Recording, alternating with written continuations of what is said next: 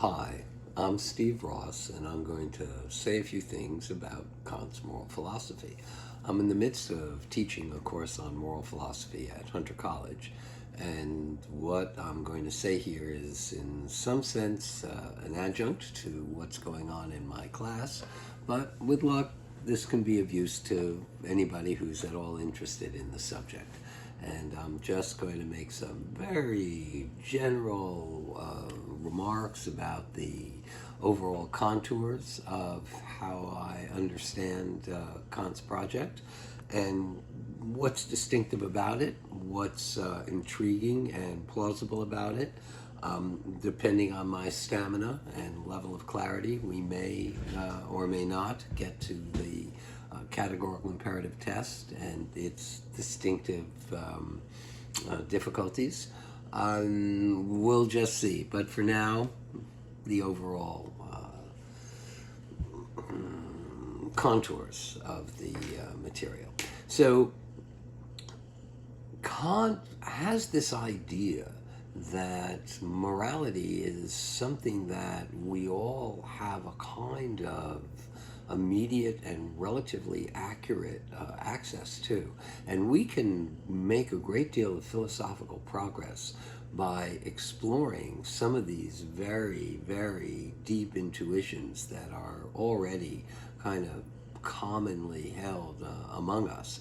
And the first of these is this idea of the goodwill, with which Kant famously begins his groundwork of the metaphysics of morals when he says, quite dramatically, and I don't think of Kant as on the whole a very dramatic philosopher, that nothing in the world can be even imagined, nothing even outside the world can even be imagined, which we can think of as good in itself or good without qualification, except the goodwill.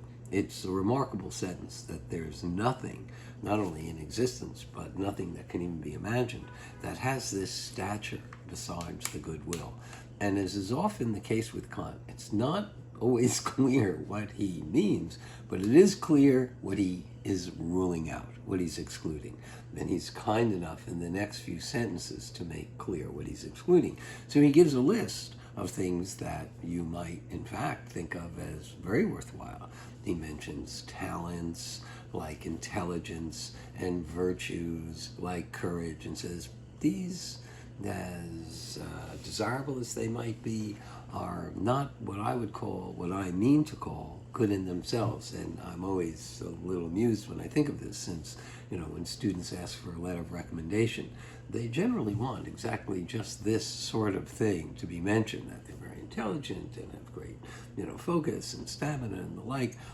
But Kant makes it very clear, none of those things that we normally traffic in when praising one another can be considered what he means good in itself. And this, of course, rightly, immediately raises the question, well, what in heaven's name can he mean if the things that we're ordinarily interested in acquiring and being praised for have been ruled out?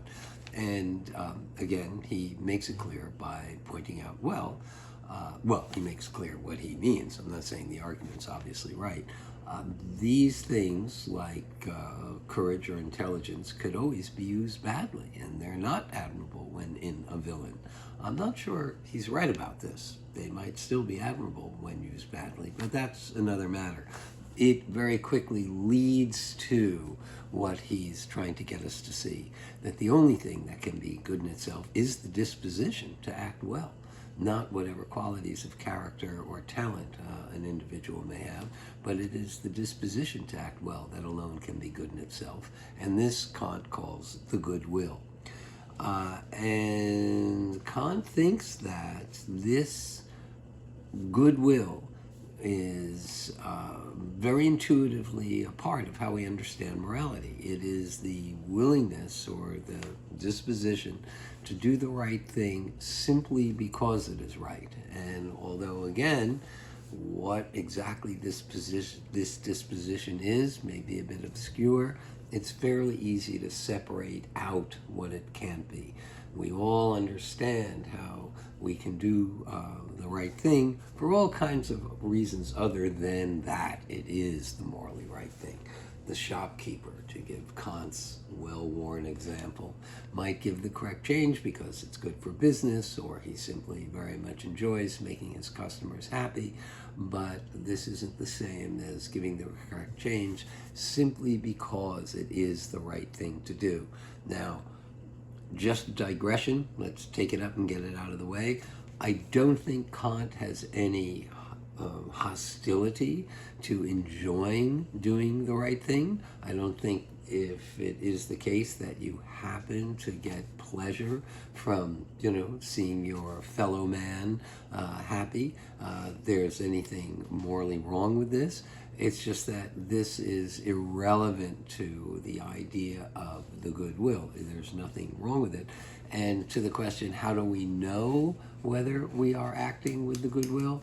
I think Kant can be easygoing on this question and say that in many cases, perhaps in every case, we may never be completely sure. There's this deeply, I would think of it as, Protestant uncertainty about whether or not our motives might in the end be motives of vanity or the like. It's not terribly important. What's important is that the distinction is undeniable. We all know that there's a big difference between acting from some reason other than the moral rightness and acting from the moral rightness of an act. Sometimes Kant seems to suggest that it's only when our inclinations have been, purged from our life that we can know for certain. Well, even then I'm not sure if certainty is available, but that's not important. If we could have reason to believe that our motivations are purely tied to the morality of the act, I think that's the best way to read his suicide example. You have to simply go along with Kant's view that suicide is always wrong to make sense of this example. But in this example, we imagine that most of the time our restraining from committing suicide is a very easy duty to obey. We love life, we're enjoying ourselves. It hardly follows that we're not also, in addition, motivated by the wrongness of this act from not acting upon it. But if we lose all love of life and then we still find ourselves refraining from taking our life, then we have some reason to believe our motivation is purely in the morality of that restraint. The main point is, I think, not whether we can identify in every case whether our motive has any admixture of inclination. The main point is we are always capable of acting on the morality of an act simply because it is the right act. And this, I think, is crucial, because it's this capability of persons that in turn we respect when we act morally. It's a funny feature of Kant's argument. He begins by talking about moral motive and how there's this distinct thing, the goodwill, that's distinct from all kinds of other motivations. He goes on for some time before he's going to tell us how to distinguish between right and wrong. Very different from, say, utilitarianism that just begins with an account of what the morally good act is, and then we figure out whether or if or how we get the motivation to bring it about. Here we start with this very deep intuition. All of us are capable of acting on the morally right thing simply because it's right, and he doesn't even tell us what the morally right thing is yet. It's going to turn out that the morally right thing is tied to respecting this capacity in persons, which he thinks of as, how can I put it, available or accessible to all persons simply in virtue of being persons. And this is tied, I think, to one of his little acknowledged, very interesting and possibly almost brilliant remarks when he says of Scripture, that passage in Scripture, excuse me, that we should love our neighbor. He says, clearly this can't be interpreted as requiring that we have a feeling, since feelings are not the kinds of things that we can think of as equally available to all of us all the time. It would make no sense to command that we say love dogs. Some of us can do it, some of us cannot, and there's an important sense in which those of us who cannot can't be blamed for being unable to have these feelings. I think he's on to something very deep here when he says, insofar as Scripture commands us to do something that we ought to do, it can't be understood as a psychological, I think he uses the word pathological feeling. It's got to be something more, and of course then he brings his own philosophical axe to grind, like respect persons. That's what it is that Scripture's asking of us. And this must be something that is available to us regardless of our psychological proclivities. However, much pleasure we take in the company of others. However, to use Kant's expression, stepmotherly our nature may be.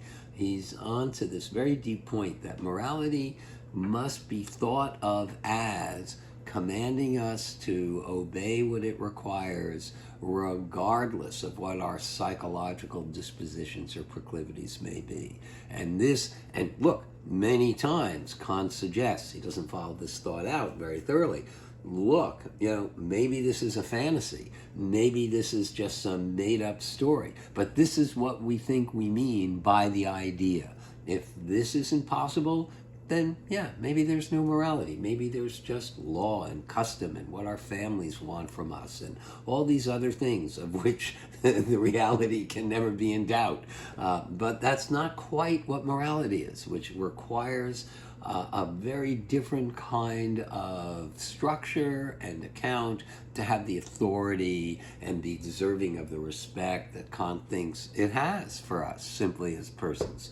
So this is a very interesting and distinctive feature of Kant, and I guess we'll just get to what I take to be the central point. Persons have value in virtue of their capacity to take up and act on the moral point of view, and the moral point of view just is taking up a point of view that respects or acknowledges this capacity of persons. That's the fundamental idea. Now, I think Kant goes wrong in elaborating on how this is to be done in the categorical imperative test. I think the categorical imperative test is hopeless for all kinds of reasons, or maybe just one.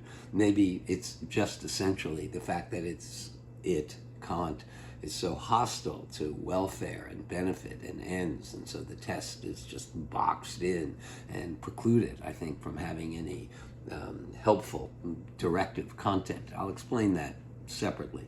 But I think he's right, frankly, about what morality is fundamentally about. And I think he's right that persons do have this capacity to take up the moral point of view. I'd rather put it that way rather than speak of some disposition to do the right thing simply because it's right, which has a kind of mystification built into it.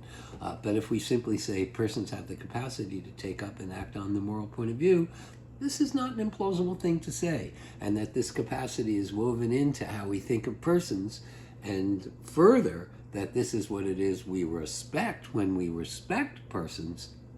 This may be a very deep truth about what morality is all about. And perhaps I'll just leave it at that, and we'll take up the categorical imperative test separately.